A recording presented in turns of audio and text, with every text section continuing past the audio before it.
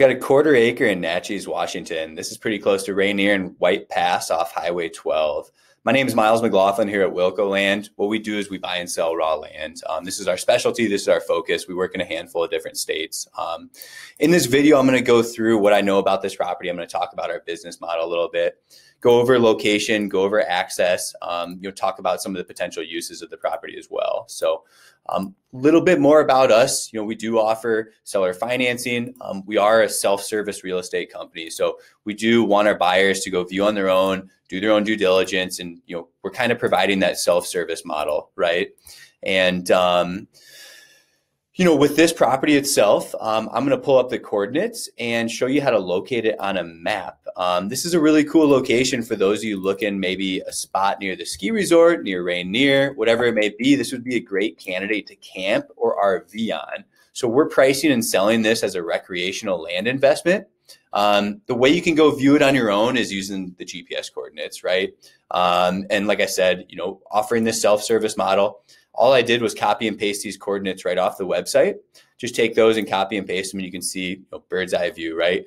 This is a great landing point to get into the mountains and not have to drive back to Seattle, Spokane, Portland, wherever you may be going. So again, a great property just west of Naches, right at the entrance of Highway 12 here down to Rimrock and White Pass. So a world-class location, I'll put it that way. And you got the Naches River right here too.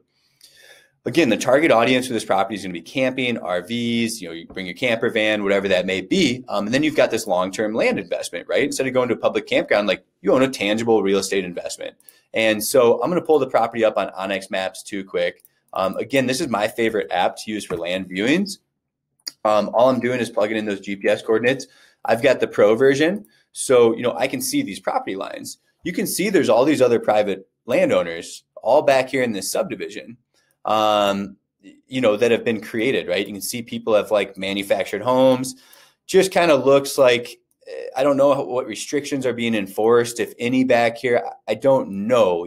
I haven't been back here, and that's some homework you're going to have to do, right? But to me, it just kind of looks like people are pulling up campers and vans and kind of, I guess, doing what they want back here. But again, that's we got to follow code and whatnot, and I don't know what's allowed. That's going to have to be some due diligence that you're doing. And you're going to have to figure that out. Why are you buying land is going to be different than why somebody else is buying land. Some people are just looking for a pure investment.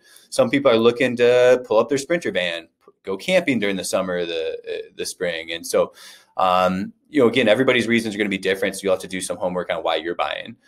So we've got this 1/4 acre sitting here. You can see, these spaces between all these properties, you can see, like there's a line here where like the road basically follows. Do you notice that?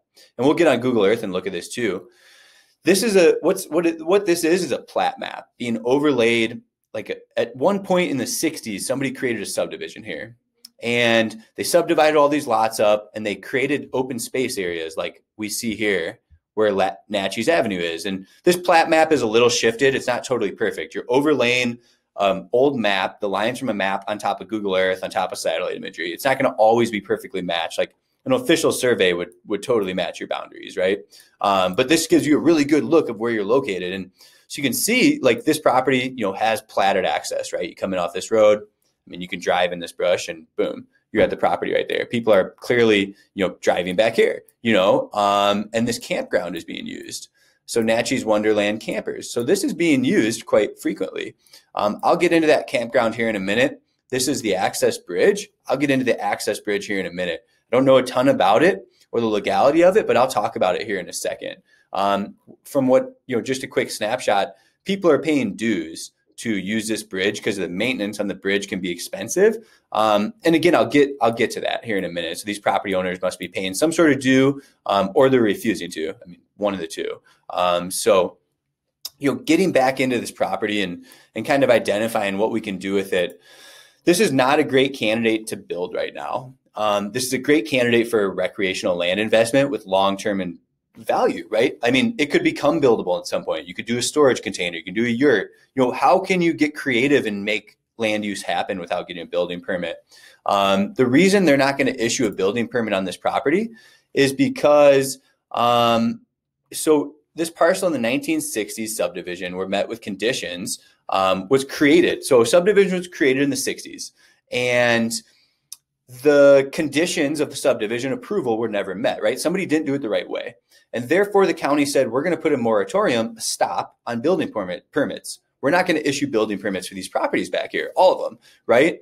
And the folks back here know, I don't know what it is. I wasn't part of this meeting. We just picked up this property, but they can satisfy those requirements. There's an opportunity this year, next year, 20 years down the road, landowners come together, or these requirements to be officially recognized as buildable lots come to fruition. They get met.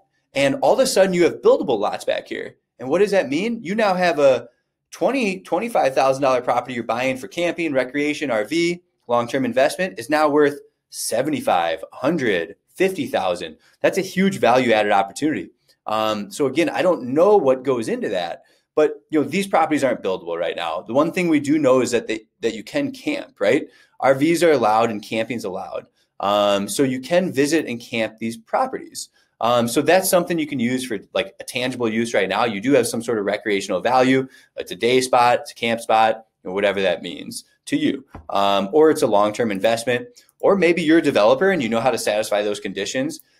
Maybe you can find ways to, put a yurt on the property, put a teepee on the property, some sort of new, technology that's out that doesn't require a building permit. Maybe it's underneath the minimum square footage needed for a building permit too. So, I've got customers that find a lot of different ways to use these properties. You got to get creative, you got to do your own homework, and you got to figure out why you're buying, right? And so, again, if you want to go view the property, you're looking at GPS coordinates and crossing that bridge I pointed out on a map. So, there is some, and I don't know the details into this. Like, I don't know all the history back here.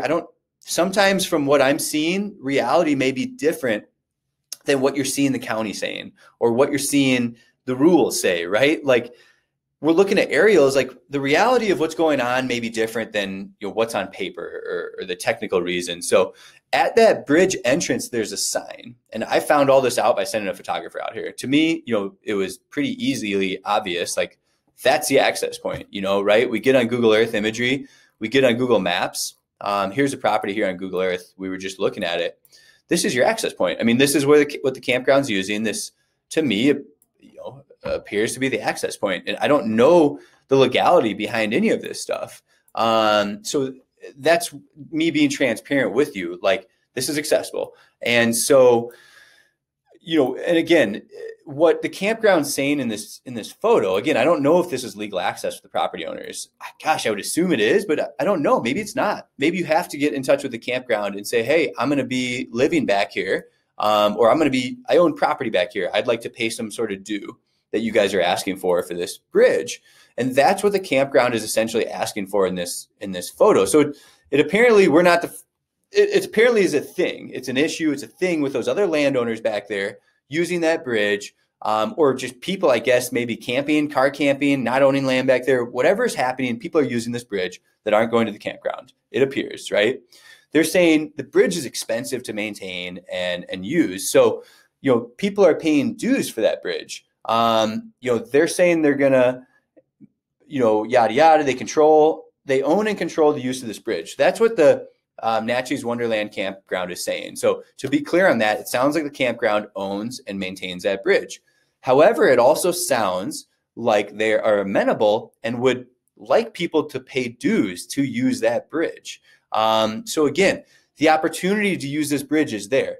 We're pricing the property with all these things in mind, with some of these things that you as a buyer will have to figure out. And it sounds like this campground is very amenable to providing some sort of access for a fee due. So again, read through this. This is posted on the website.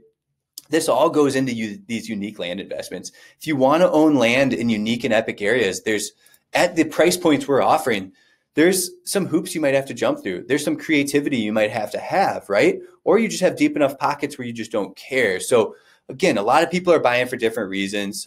These are unique properties. These don't come up often. These are rare. These parts of the country are amazing parts of the country. And these opportunities to camp, to RV, to have a spot close to Rainier and White Pass, they just don't come up every day at this price point. So like I said, I acknowledge there are some hoops to jump through. we do have the property priced with that in mind. And so just keep that in mind.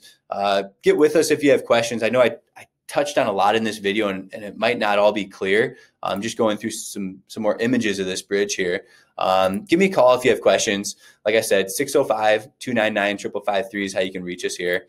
I do have other listings out in Washington State and across the Western United States. If you guys are interested, take a peek at the website. Get with us anytime. Again, Miles at Wilco Land, hopefully answering some questions and not confusing you more with this video, but definitely a unique piece of property that we have right here.